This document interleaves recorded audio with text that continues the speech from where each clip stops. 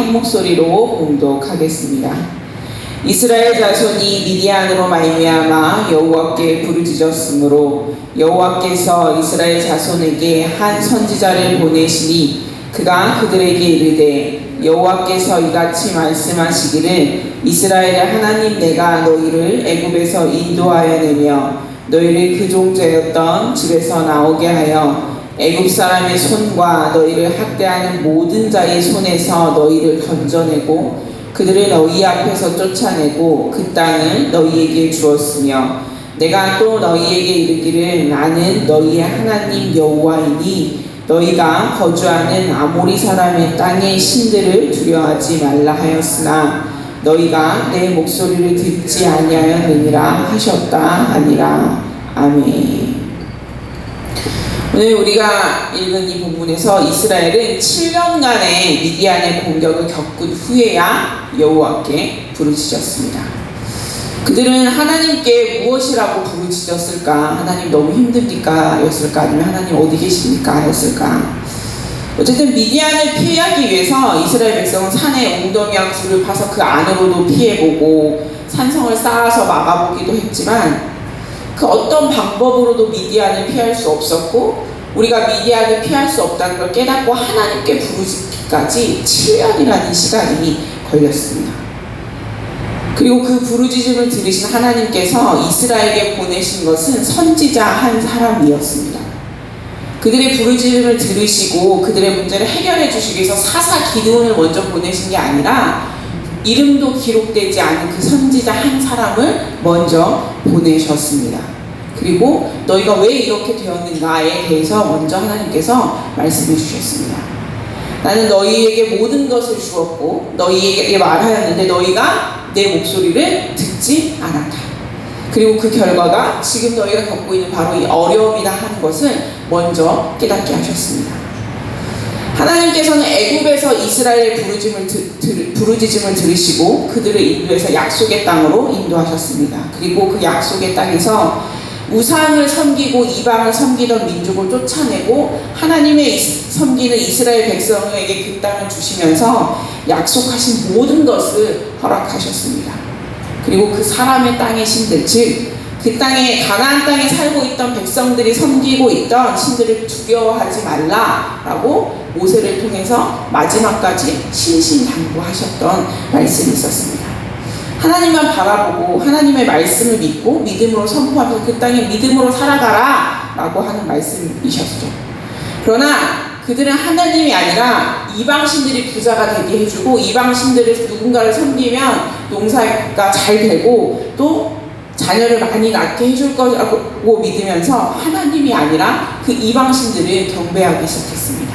하나님께서 그 땅에서 쫓아내신 그 이방신들을 다시 역으로 수입해와서 그 신들을 믿기 시작한 것입니다.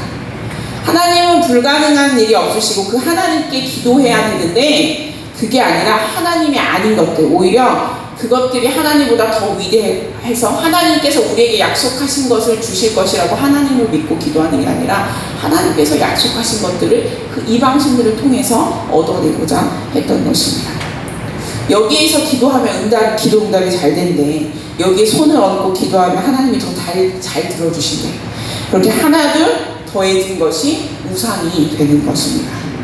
기도 응답 잘 되는 기도원 찾아가고 이 목사님이 그 권사님이 기도발이 그렇게 좋대 그러면서 찾아가면서 기도하고 그렇게 기도로 하나님을 내 마음대로 할 수 있다고 하는 믿음이 그 안에 생기게 되는 것입니다.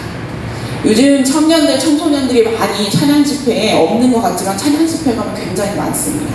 근데 거기에 가면 거기에 인도자들이 사역자들이 가장 하는 말 중에 하는 말이 뭐냐면 여러분 여기에서만 예배하는 게 아니라 여러분이 섬기는 교회에 가셔서 예배하셔야 됩니다. 교회 주일에 교회 예배 드리러는 가지 않고 내가 생각하기 여기에 은혜가 있다고 생각하니까 그 찬양 집회에만 와서 예배하게 되는 것입니다. 하나님이 우리를 주신 자리가 아니라 내가 생각하기에 하나님이 있다고 생각하는 자리, 하나님의 은혜가 있다고 생각하는 자리에 가서만 예배하고 기도하는 것입니다. 그럼 나중에 그 찬양 집회가 그 사람에게는 우상이 되고 그 자리가 하나님을 만날 수 있는, 거기에만 가면 내가 하나님을 만날 수 있어. 하나님은 어디에나 계시고 예배하는 어느 곳이나 하나님이 있는 곳인데 그렇게 되어버리는 것입니다. 정작 하나님께는 기도하지 않고 예수님의 이름만으로 너가 있는 모든 곳이 하나님이 함께 하시는 곳인데 그걸 믿지 않고 다른 것을 찾아가고 다른 것에 기대어 여기에만 이렇게 찬양할 때만 내가 하나님을 만날 수 있어 라고 이렇게 기도할 때만 이라고 기도하는 것입니다. 하나님께서 사사를 보내시기 전 선지자를 통해 이스라엘 백성들에게 너희에게 필요한 것은 또 다른 구원자가 아니라 나의 말을 듣고 내게 나와 회개하는 것이다. 나를 온전히 믿는 것이다. 라는 그 말씀을 먼저 하셨습니다. 이스라엘 백성이 진작에 하나님께 믿음을 드렸다면 하나님께서 우리에게 언약을 주셨던 걸 주실 걸 믿고 기도했다면 7년이나 미디안에게 괴롭힘을 당하지 않아도 되었습니다. 그 말은 이스라엘 백성이 그만큼 어리석고 그만큼 목이 뻣뻣한 백성이었다는 것입니다. 7년이나 자신들의 힘으로 해보려고 불도 파보고 동물도 파보고 성벽도 쌓아보고 그렇게 자신의 힘으로 벗어나려고 해보고 하다가 안 되니까 그제서야 하나님께 찾아와 부르짖게 되는 것입니다. 주님께서는 지금도 우리에게 동일하게 말씀하고 계십니다. 우리에게 이미 말씀하셨고 이미 우리가 들어 알고 있습니다. 그러나 우리의 죄가 나의 마음의 원함이 주님의 음성을 듣지 못하게 하고 우리가 들었던 것을 잊게 합니다. 우리가 기도해야 하는, 주일에 나와야 하는, 내가 가야 하는 교회의 그 자리가 아니라 찬양 집회의 자리, 어디에 가서 기도하면 뜨겁게 거기에 가면 내가 하나님을 만날 수 있어요. 그런 믿음을 가지고 다른 곳을 따라다니면서 기도하게 합니다. 그러나 여러분, 우리가 기도해야 하는 자리는 우리가 지금 오늘 새벽을 지키는 이 자리, 주일날 우리가 교회에 나와 주님 앞에 예배하는 그 자리가 우리가 기도해야 하는 자리고 하나님의 음성을 들어야 하는 자리입니다. 그리고 우리가 부르짖어야 하는 분은 그 찬양 예배의 뜨거운 그 열기의 자리가 아니라 하나님을 바라보고 모든 자리에서 하나님께 기도해야 합니다. 우리가 믿어야 하는 것은 나를 위해, 나의 문제를 위해, 나를 위해 기도하는 목사님이 얼마나 많은데요. 그 목사님이 아니라 내가 부르짖을 때 나의 기도를 들으시는 하나님이십니다.